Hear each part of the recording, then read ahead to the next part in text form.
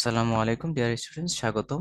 গত ক্লাসে তোমাদেরকে দেখিয়েছিলাম নাউন ফ্রেজ কিভাবে হয়, মানে কোন কোন জিনিসগুলো থাকলে আমরা বুঝতে পারবো এটা নাউন ক্লোজ। তার মধ্যে প্রথমত ছিল নাউনের মতো কাজ করবে, দ্বিতীয়ত ছিল সাবজেক্ট অথবা অবজেক্ট হতে পারে, যেহেতু নাউন সাবজেক্ট অবজেক্ট হতে পারে, নাউন ফ্রেজও সাবজেক্ট অথবা অবজেক্ট হতে পারে। 3 নাম্বার ছিল ইট দ্বারা রিপ্লেস করা যায় ম্যাক্সিমাম ক্ষেত্রে। ওকে, যারা ভিডিওটি দেখোনি দেখে নিতে পারো। আমরা 3টি কোশ্চেনের সলিউশন করেছিলাম। আজকে আমরা নাউন ফ্রেজের পার্ট 2 আরো কয়েকটি কোশ্চেনের সলিউশন করে নিব। অনেক ইম্পর্টেন্ট কোশ্চেন গুলো দেখতেই পাচ্ছ এখানে।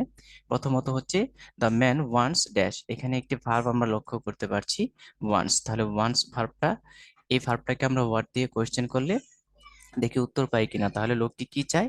সামথিং টু ইট, কোনো কিছু খেতে চায়। তাহলে আমরা উত্তর পেলাম সামথিং টু ইট ওয়ার্ড দিয়ে কোশ্চেন করে।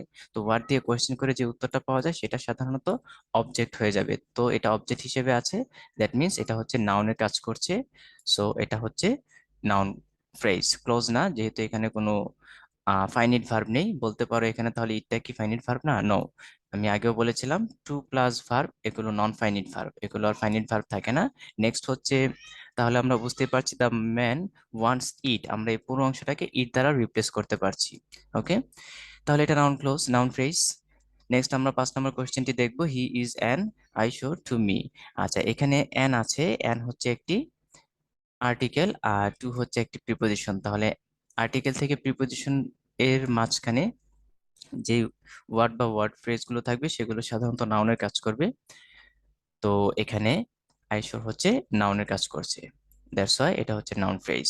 নেক্সট হচ্ছে, যদি আমরা এটা নাউন ফ্রেজ, হ্যাঁ। নেক্সট হচ্ছে আমরা যদি দেখি পরের কোশ্চেনটা।